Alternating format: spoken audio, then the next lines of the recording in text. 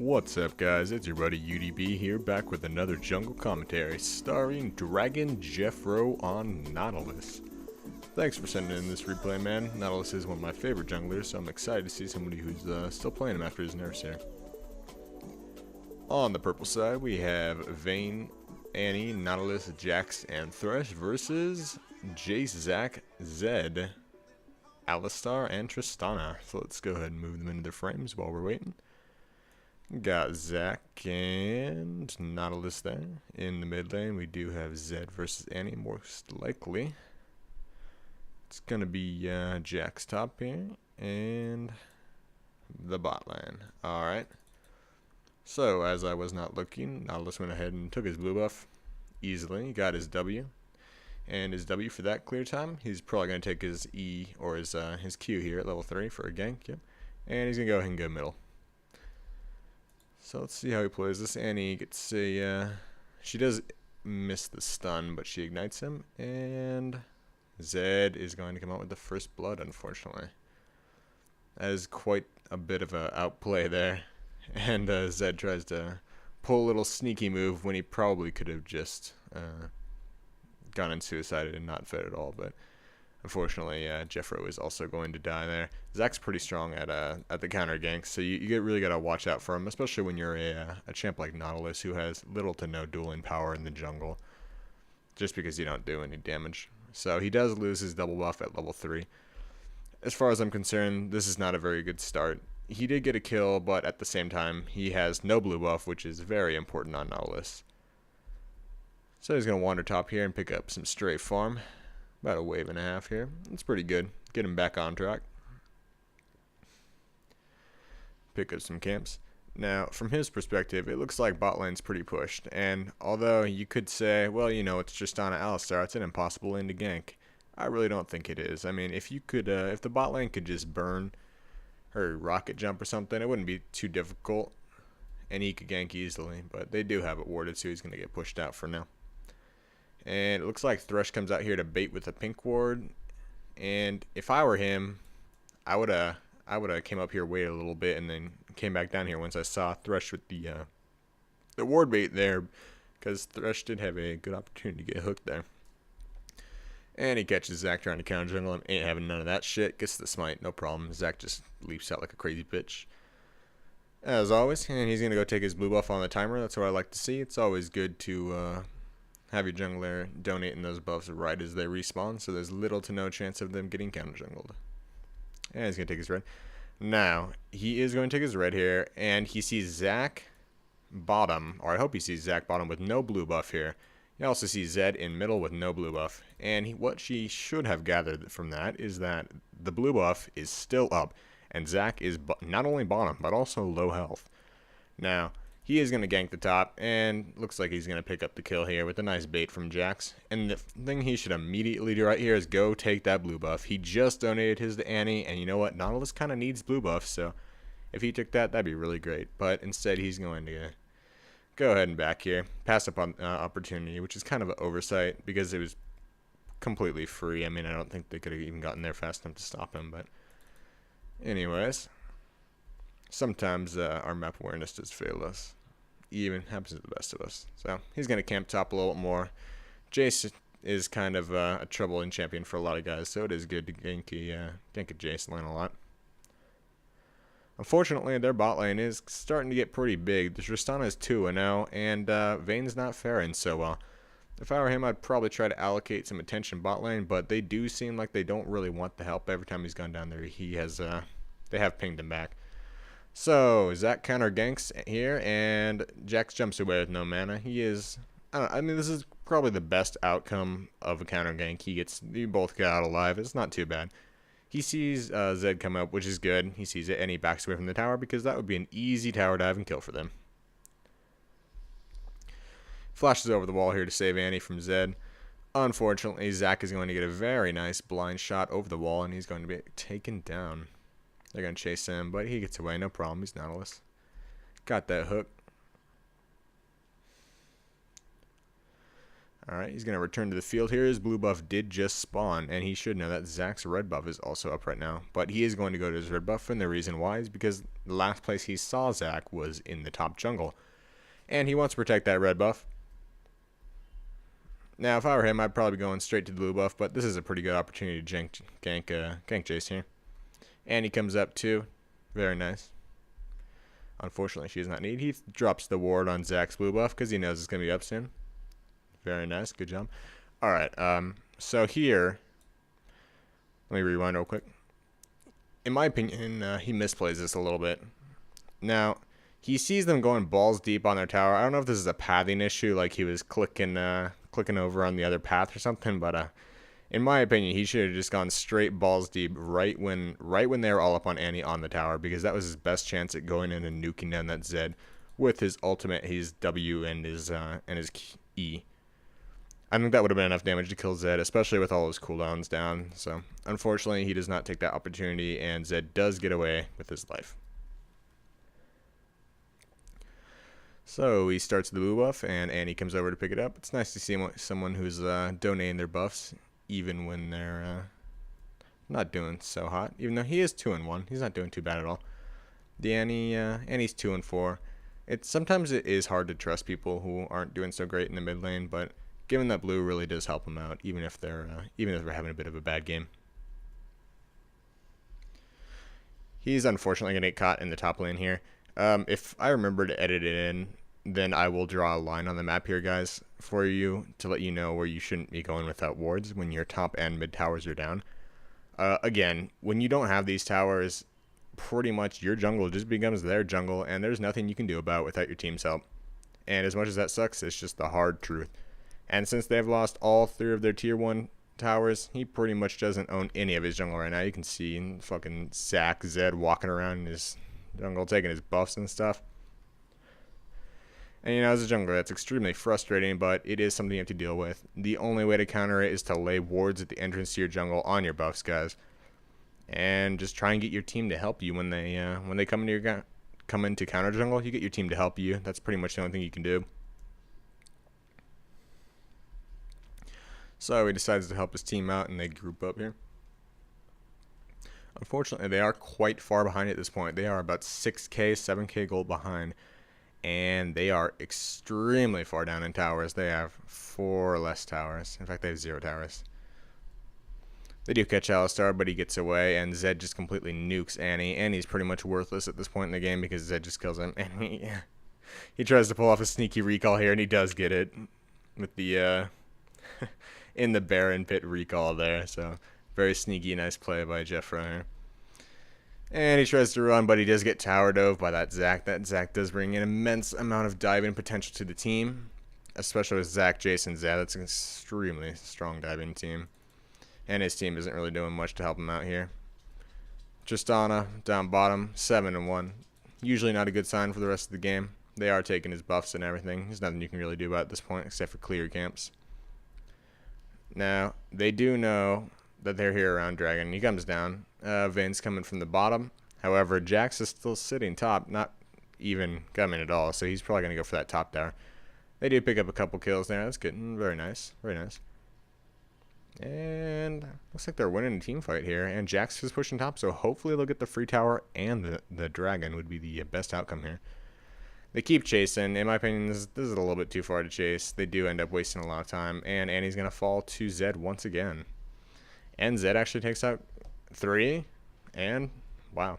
So Zed actually takes out all of them with his help of his team, and Jax does get a tower top, but I mean, at what cost? At what cost did he get that tower? And he is also going to fall. So they pretty much got aced for nothing, and they didn't really get any objectives for it besides the top tower. So not really worth it. What they did wrong there was they just chased too far. You just need to back off and take the dragon when you have the chance like that. You guys got the 2 free kills. If you had backed up and taken dragon and had the top tower, you would have put yourself back in the game. Unfortunately, you guys got a bit greedy, which happens to the best of us again. So they got this area all warded up. Good job to Alistar there, laying down wards like crazy. He does smite secured the dragon. Very nice job. And it is kind of hard to secure dragons when you're against something like a Zac. He's very stressful to have to do objectives against because he can just fly in at any second, or he can just fly over the wall and get a smite. It's pretty stressful. They do die for the dragon, 3, 4 for nothing, so that's not really worth it, but it is good that they're at least showing some pressure here. As for Nautilus, his build is going to be, looks like a Locket and the Ninja Tabby and the Blue Golem, which is perfectly fine. That's exactly what I would build in this situation as well. Besides, maybe instead of the Locket, I might build some kind of bigger armor item. They do have a very fed Zed, a very fed Jace, and a very fed Zed. So, Tristana, Zed, Jace, Zac, all pretty big. So, in this situation, if I picked up something like maybe a Randuin's, that'd be pretty beneficial. Maybe even a Thornmail, honestly. I mean, it really wrecks Tristana pretty hard, but I don't know if I'd recommend it in very many situations, but this might be one where it'd be okay to pick one up. So he comes back middle. He's grouping with this team here. He's thinking that if they get a good engage, maybe they'll be alright. Maybe they can still win this game. Unfortunately. Oh, actually, they do pick off Jace, which is pretty nice. But Zac comes in, tries to 1v5. Alistar decides to make it 2v5. Pretty good idea. And they're going to get a free Zac and a free Alistar. So, big slip up by blue team here. Let's see if they can capitalize on it. Tristana's going to jump away, and he's going to take that farm. Now, here the mistake is they don't have an inhibitor or anything like that. Once they stopped Tristana, they really should have gone for the objective. Like, they probably could have pushed down mid turret.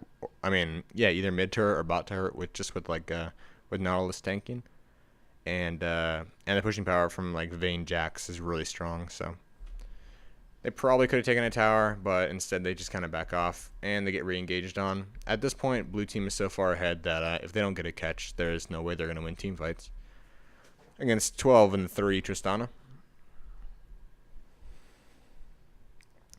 Even armor is becoming a little bit pointless at this point because he does have the last whisper, so unless he grabs a lot.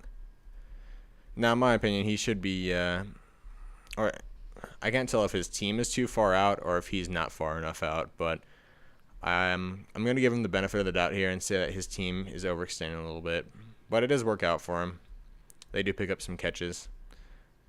If blue team had played it better, I think they could have shut down purple team right there really a lot harder and not gotten killed. But unfortunately, their position was pretty lackluster.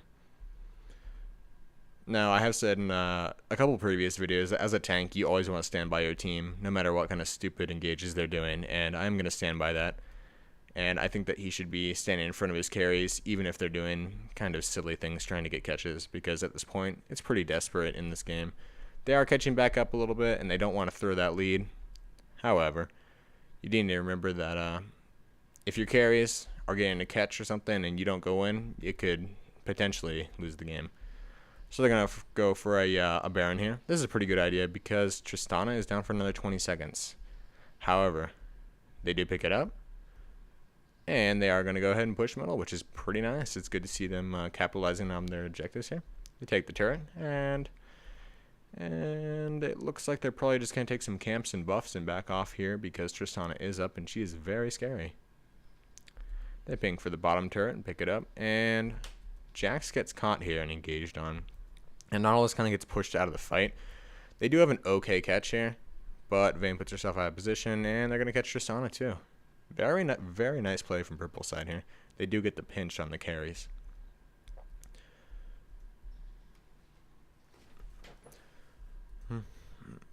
And they ping for the bot turret. Nautilus is kind of far away from his team right now, which I guess is okay, because he's still pushing that middle end to try and get a second tower, maybe. And they do tower dive at this point. It's probably not the best idea, and see, he's the first one out. He kind of pussied out a little bit. This isn't so great. If they, once you go into something like that, you kind of got to stick with it for a while at least, and try and pick up a kill or two. Annie gets jumped on by Jace, unfortunately, and by this time Tristana's back up and coming for him, and they are just not going to have a fun time here. They're all going to get dropped. That is a damn shame. They should not have dived that tower because that's potentially the throw that will end the game. I mean, they were really catching back up. Their Goldie was getting a lot closer, and they have 2 open inhibs, which means that they're extremely vulnerable to throwing here. But instead of taking advantage of the 2 open inhibs, the blue team does decide to push the middle instead, and they might not even get an inhibitor because of it. But nope, Vayne's going to die. And they are going to get the inhibitor. Let's see, are they going to grab the other ones? No, I don't think so, because purple team is respawning here. Now at this point, Nautilus just needs to he's gonna make sure that he's up there with his team, that he's trying to make the calls here. Nautilus seems to be the only one who's making the calls because he is the initiator for the team. He's the one who has the ulti. He's the one who's gonna try and latch onto their carries and create disruption in that team fight. All right, yeah. So he's gonna take some camps, just try and get some more levels. He is level 17, which is pretty good. He's at 91 farm at 42 minutes. Now, usually you don't measure a jungler's worth by their farm, because that's just kind of a silly thing to do. Junglers have different amounts of farm depending on everything that's gone on in the game. You know, if they were holding lanes or whether they were taking camps or whether they were ganking the whole time. You know, you never know. But it is still a good idea to have as much farm as possible as a jungler. Obviously. So they're going to try and protect the inhibitors here, and the blue team does have a pretty strong push here. I think they're what Nautilus should be aiming for is just to getting that good engage onto Tristana, which he does get there. Very, very nice ulti onto Tristana, and he's creating a lot of disruption in the team fight. He does kind of walk around and stun everybody, just as Nautilus should do. As you guys know, Nautilus's passive is that he stuns on his auto attack, and that debuff resets after about, I think it's 2 or 3. No, I think it's maybe 5 seconds. 12 seconds actually. So you can't trigger the stun for another 12 seconds. So what he's doing in team fights, he's just walking around and he's just slapping everybody, making sure he gets to everybody, especially the carries. He ults onto the carry, goes in, just slaps everybody out, getting those stuns off, which is perfect. They go ahead and push the middle. Zed's unfortunately still up, and he's very, very scary, and he does fall down immediately. Unfortunately, Vayne was not pushing with him. If she had been, then they might have been able to actually do something there. But she decides that she wants to farm bottom instead, which is unfortunate. His blue and purple buffs, red buffs, are up, and so is Baron. So we'll see how he prioritizes this here. Personally, I would make sure that I have ample ward coverage of the Baron. And it is important to note that Tristana now does have the Guardian Angel. But she does anyways. As does Vayne. And so does Jeffro. Rest in peace, sir. And purple team's going to chase out blue, which might not be the best idea, but they look like they're going to be okay here. That Zed is very, very scary, Jax. I don't know if it's a good idea to chase him. So they decide that they want to push.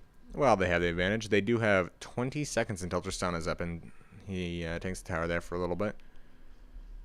Very good play by purple side here, trying to push down some towers while they have the chance, although Tristana is now up. Now, this is not a good idea, guys.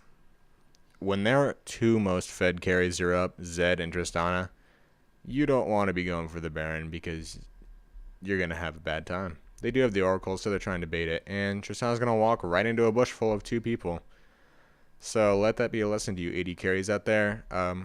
Let your tanks face check the brushes while you stay behind with your 800 range, especially as Tristana or Caitlyn.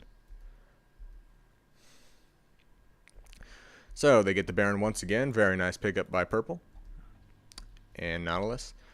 It was kind of a controversial call. I mean, personally, I wouldn't have gone for a Baron like that at first, when it was just the Tristana and the Zed up, because I think that if they had actually gone for it, then they could have been 2v5'd with the Baron debuff and all that. But so Zek initiates once again. Nautilus doing his job. He's tanking that Tristana damage pretty well.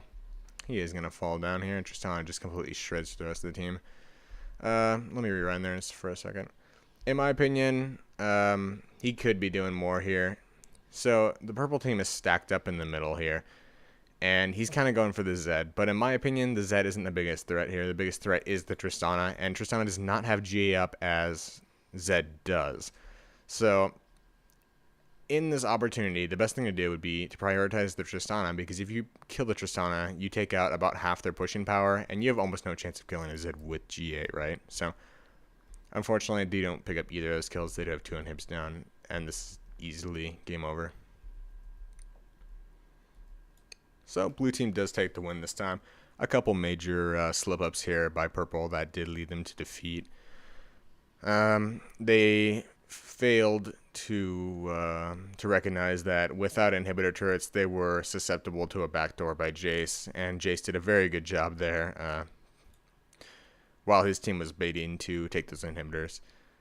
Nautilus did pretty good. His build is all good. He did pick up that Randuin's like I was saying earlier, and he tried his best. Although I'm not sure if he used the Randuin's. It's a really important to use your active items, guys. Again, I'm not sure if he used them or not, but if you have trouble remembering to use your active items, what I do is I always bind my items to 1 and 2, just so that I can spam those in a team fight, you know, whatever team fight it is, whatever items I have, it's going to turn out to be more useful than if you didn't have it at all. So, good game to Jeffro. Let's see. He kept a good timer on his buffs early game. Throughout lane phase, he helped his team a lot. He did a lot of good ganks. Probably could have applied some more pressure bot there to try and help him out against that Tristana. That eventually is going to be the problem with this game, is that Tristana became far too big. Anyways, I'm sorry about my voice today, guys. I do have a bit of a cold, so if this commentary is a bit lacking, I do apologize for that.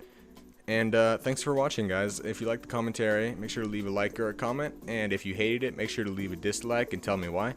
And if you want to see my new videos on your homepage on YouTube every day, go ahead and hit the subscribe button. And hopefully I won't let you down. Hopefully. Anyways, thanks again, guys, and have a great day. If you have a replay you want analyzed, send it to undeadbreadreplay@gmail.com. See you guys.